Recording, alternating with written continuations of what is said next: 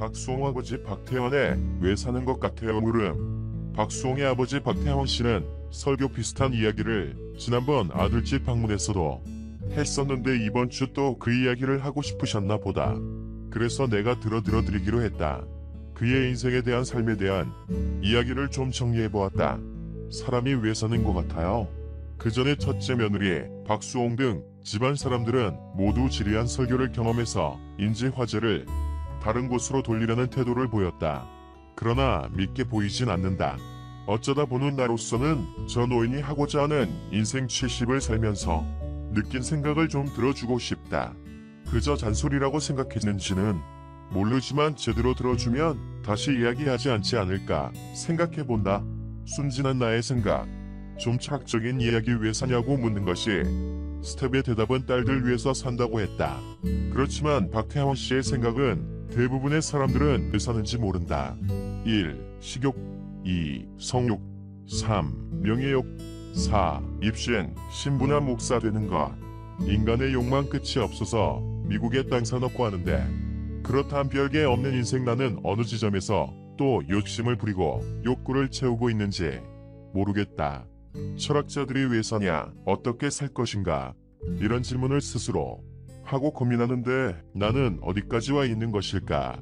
사는 게 별게 없는데 그저 큰 기계의 수많은 톰 리큐의 부속처럼 미면 제 역할을 하다 가는 것은 아닐까 생각한다. 이런 역할들이 대부분의 사람들은 무엇을 한 것인지는 모르고 지나가나 내 생각엔 자식들 키우고 역사의 후손들을 이어주는 한 중간달리 역할로 할 일을 충실히 한 건 아닌가 싶다. 인생이라는 것은 태어나면서부터 고난의 길이다. 그러나 그걸 헤쳐나갈 수 있는 것이 의지니까 잘 헤쳐나가길 바래요. 박수홍의 친형 고소 가능할까? 친족상돌에 대하여 친형 부부와 금전적인 갈등을 겪고 있는 방송인 박수홍 씨가 바로 오늘 정식으로 민형사상 법적인 조치를 취하겠다고 밝혔는데요. 대형 건물이 빼곡한 서울의 한복합 시설 밀집 지역입니다.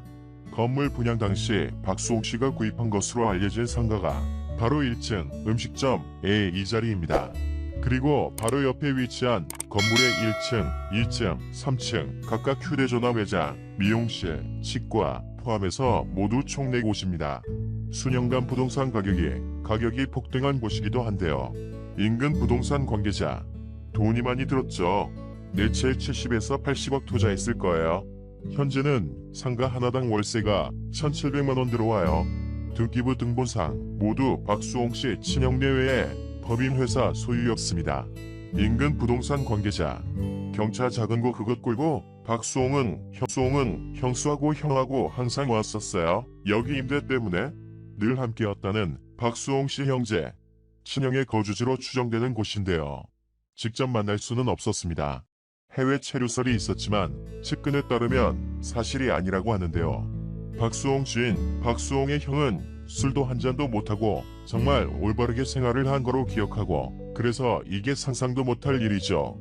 주변에서는 그거 말도 안 되는 얘기라고 지난해부터 시작됐다는 가족 간의 갈등. 박수홍 씨는 최근 15kg가량 체중이 급격히 빠진 모습으로 나타나면서 주변인들의 안타까움을 사기도 했습니다. 친형 측 측근에 따르면 진흙탕 싸움은 싫다, 고소한다면 법정에서 대응하겠다는 입장인데 과연 어떻게 진행이 될까요? 이병찬 변호사, 첫 번째는 지금 의혹이 제기된 부분이 친형이 회사 자금을 개인적으로 유용했다라는 부분이 하나가 있고 박수홍 씨한테 분배를 해줘야 하는 부분은 그래서 두 가지 경우로 나눠볼 수가 있습니다. 곽지영 변호사, 가족 간이라도 충분히 사기죄나 횡령죄, 기타 여타의 배임죄, 절도죄 모두 다 성립이 가능하고요. 그런데 이에 대해서 처벌을 할 수 있느냐, 이 점에 비춰본다면 일정한 동거 친족 등의 경우에는 형이 면제되도록 특례 규정을 규정해두고 있는 거죠.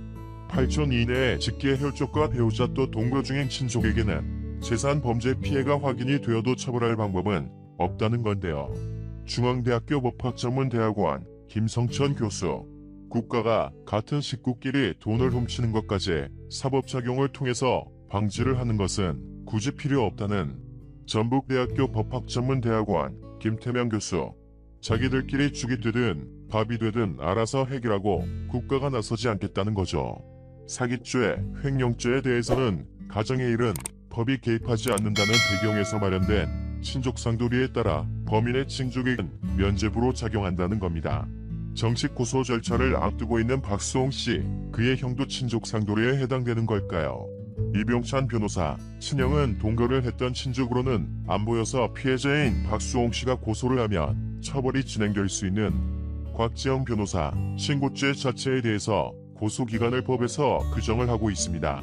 그래서 피해 사실을 안 날로부터 6개월 이내에 고소를 해야 하지만 그 고소가 유효하다고 형사소송법에 규정이 되어 있습니다. 박수홍은 씨가 고소 의사를 명확히 피력을 했고 법적으로 대응하겠다라고 했기 때문에 이 경우는 충분히 범죄 성립이 되고 이어서 처벌까지도 가능하다고 보이고요. 박수홍 씨 측은 합의안을 제시했지만 친형 내외 측이 이를 받아들이지 않아 오늘부터 법적 조치를 시작하겠다는 입장입니다. 친족관계 범죄의 피해자 수는 해마다 증가하고 있는 추세입니다. 한 CCTV에 포착된 남성의 모습, 장모의 통장에서 몰래 돈을 인출하는 사위였고요. 또 다른 사례도 있는데요. 남편이 가져간 5억 원가량의 돈이 물거품처럼 사라져버렸지만 아내가 할 수 있는 건 아무것도 없었습니다. 강승기 변호사, 이미영 씨가 고소를 하고 싶어 했는데 다들 친족 상도례 때문에 변호사들이 다들 수임을 거부했죠. 소송을 해봐야 안 되니까 하지 말자는 의견이었는데 피해 사실은 분명 확인이 됐지만 재산을 되찾거나 처벌할 수 있는 방법은 없었다고 하는데요. 강승기 변호사, 괴로워하셨죠? 어떻게 되든 간에 방법이 없을까? 그분 이미영, 가명 씨는 스스로 목숨을 끊으셨어요. 저희 의뢰인은 그러니까 어쨌든 그게 큰 영향을 미쳤고 8천 형제에게 주식 20억 원을 횡령한 A씨. 이 사례에서는 6개월 후 신고를 해서 공소가 기각되는가 하면 고소 자체를 포기해야 하는 사례들도 있었습니다. 가족 간 재산 분쟁 제보자. 그 6개월이라는 그 기간 안에 우리는 믿었기 때문에 형제간이어서 믿기 때문에 그런 일이 일어나지 않겠다. 이렇게 생각을 하거든요. 제 생각에는 그 6개월이라는 기간을 좀 법이 조금 바뀌어야 한다고 생각을 합니다. 동거 친족에게 급여를 빼앗긴 지적장애인인 피해자도 법의 보호를 받을 수는 없었습니다. 일부 변호사들은 친족상도례에 대해 헌법소원을 제기한 상태이기도 합니다. 전북대학교 법학전문대학원 김태명 교수, 좀 합리적으로 기율하는 방법이 다친고죄로 만들어버리는 거죠. 자식이 부모 돈 훔쳐가면 부모가 고소하면 처벌을 할 수 있도록 일단 해놓고요. 곽지영 변호사, 가족 간에 일어날 수 있는 배반, 그리고 배신, 어떤 반인륜적 행태에 해당하는 더욱더 가중 사유가 있다고 보이기 때문에 친족상도리에 어떤 특혜를 규정하기보다는 오히려 더 가중